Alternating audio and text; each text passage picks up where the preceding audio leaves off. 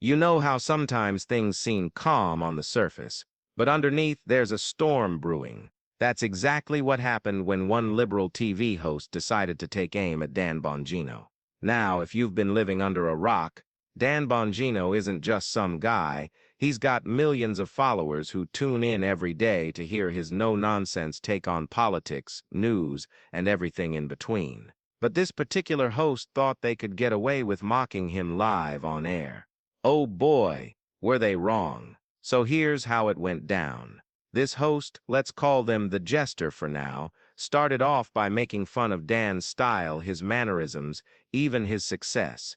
They painted him as this overblown figure who doesn't deserve half the attention he gets. The audience laughed along like it was all just a big joke. But little did they know, Dan had eyes and ears on the situation. And trust me, he wasn't about to let that slide.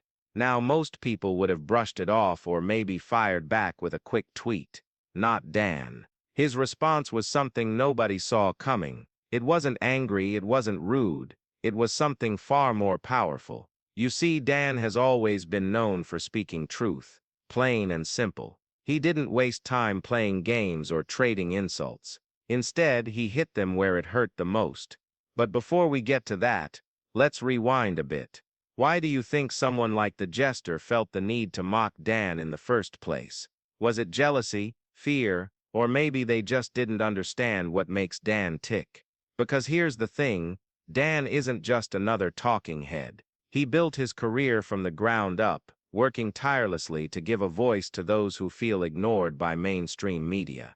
Along the way, he earned respect, not because he sought it, but because he earned it through hard work and honesty. So when the Jester came after him, they weren't just attacking Dan. They were taking on the millions of people who stand behind him. And Dan knew that. Which is why his response wasn't just personal, it was a message to everyone watching. Are you ready to hear what he said? Because it's not just shocking, it's unforgettable. The moment Dan heard about the Jester's jab, he didn't waste a second. He stepped onto his show the very next day, sat down in front of the camera, and delivered a response so calm, so calculated, that it left everyone speechless. No shouting, no name-calling, just pure facts, served with a side of class. He began by thanking the Jester for giving him free publicity, no less. Can you believe that? Most people would have been fuming, but Dan turned the whole thing into an opportunity. He explained how being mocked by someone like the Jester actually proved his point that real ideas and substance will always outlast cheap shots and empty words. Then he dropped the bomb. Instead of focusing on himself, Dan shifted the spotlight to something much bigger, the issues that matter to everyday Americans. He talked about how the Jester spends their time tearing others down instead of building solutions. While the Jester is busy mocking, Dan reminded everyone, millions of Americans are struggling to pay bills, find jobs, and keep their families safe. Who's really helping who? But here's where it got interesting. Dan didn't stop there. He went further, breaking down the Jester's career in a way that made viewers question whether they should even be taken seriously. You see, the Jester loves to criticize others, but when you look closely at their own track record, it's not exactly impressive. Dan pointed out things like low ratings, lack of real-world experience, and a history of flip-flopping on major issues. It was brutal, but fair. And then came the kicker. Dan ended his segment with a challenge, not a fight, but a call to action. He invited the Jester to sit down for an honest debate, face to face, without scripts or producers whispering in their ear. A chance to actually discuss the issues that matter, instead of hiding behind jokes and insults. The reaction was immediate. Social media exploded. Some people praised Dan for staying classy while landing punches. Others defended the Jester, saying it was all just harmless fun. But one thing was clear, Dan had won the battle of ideas. His response wasn't just clever, it was strategic. By keeping his cool and sticking to the facts, he showed the world what true leadership looks like. Now, here's the twist. After Dan's response aired, the Jester stayed silent. Not a peep, no follow-up jokes, no rebuttals, nothing. And that silence spoke louder than any words ever could. Because when you're confident in your position, you don't need to respond to every critic. You let your actions and your results speak for themselves. So what do you think? Was Dan right to handle it this way, or should he have gone harder? Let me know in the comments below. And if you enjoyed this story, give it a thumbs up and hit subscribe so you don't miss out on more tales from the world of politics and beyond. But wait, the story doesn't end there. Because while the jester may have gone quiet, their silence didn't stop the conversation. In fact, it only fueled the fire even more. Fans of both sides took to social media, sharing clips, memes, and opinions that kept the debate alive for days, and even weeks, after Dan's response. On one side, supporters of Dan praised his poise and intelligence. They celebrated how he turned a potential attack into an opportunity to highlight the issues that truly matter. One fan even said, Dan didn't just win the argument, he won over anyone with half a brain. Meanwhile, others pointed out how the jester's lack of response spoke volumes about their credibility, or lack thereof. But on the other side, some defended the jester, claiming that humor is just part of the game in today's media landscape. They argued that Dan shouldn't take things so seriously, and should learn to laugh at himself.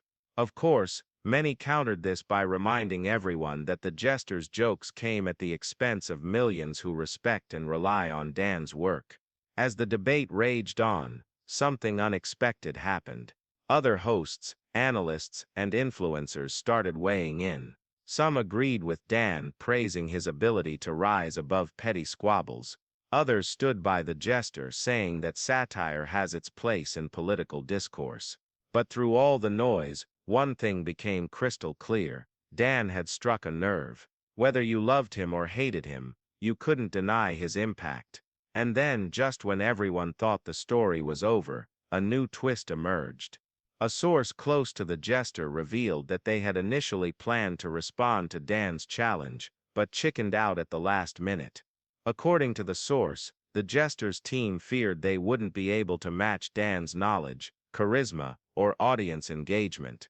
This revelation sent shockwaves across the internet, further cementing Dan's reputation as someone who not only talks the talk but walks the walk. Now, here's where it gets really interesting. After weeks of speculation, the jester finally broke their silence, not on live TV, but in a carefully crafted statement released through their publicist. In it, they claimed they never intended to mock Dan personally, only to poke fun at the broader culture of outrage in politics. They even went so far as to say they respected Dan's work, albeit in a backhanded way. Of course, many saw right through the thinly veiled apology. It wasn't enough to erase the damage done, or the questions raised about the jester's integrity.